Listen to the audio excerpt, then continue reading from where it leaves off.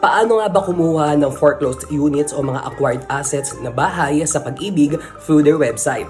Punta lamang sa google.com, itype ang Pag-ibig Acquired Asset at makikita sa pinakaunang option ang website na pagibigfund.gov.ph/acquired asset. Dito makikita ninyo ang mga properties for sale. Scroll down at makikita ninyo ang iba't ibang mga advisory nila. And sa kalagitnaan makikita nyo ang mga tab dito, ang properties under negotiated sale, properties under public auctions, no discount, and public auctions with discount.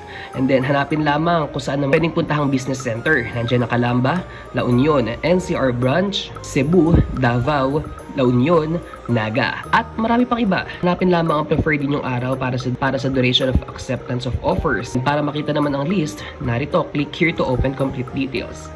At yan na nga, makikita ninyo ang full list ng mga acquired assets o mga bahay na binibenta ng Pag-ibig. O di ba? Ganyan lang kadali